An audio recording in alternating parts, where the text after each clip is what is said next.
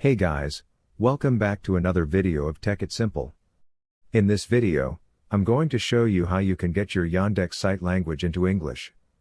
So, without any further ado, let's dive right into this exciting video.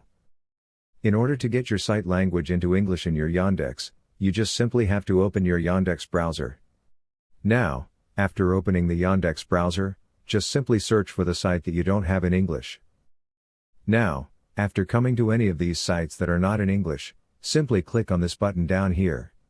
If this button is not showing on yours, you just simply have to click into these three dots. After clicking the three dots, it will show this translate page option. Just simply click into that button and then your page will be translated into English. By following these very easy steps, you can easily translate any of the sites into your Yandex browser. I hope this video was helpful for you.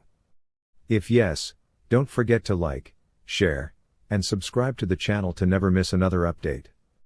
Thank you for watching the video.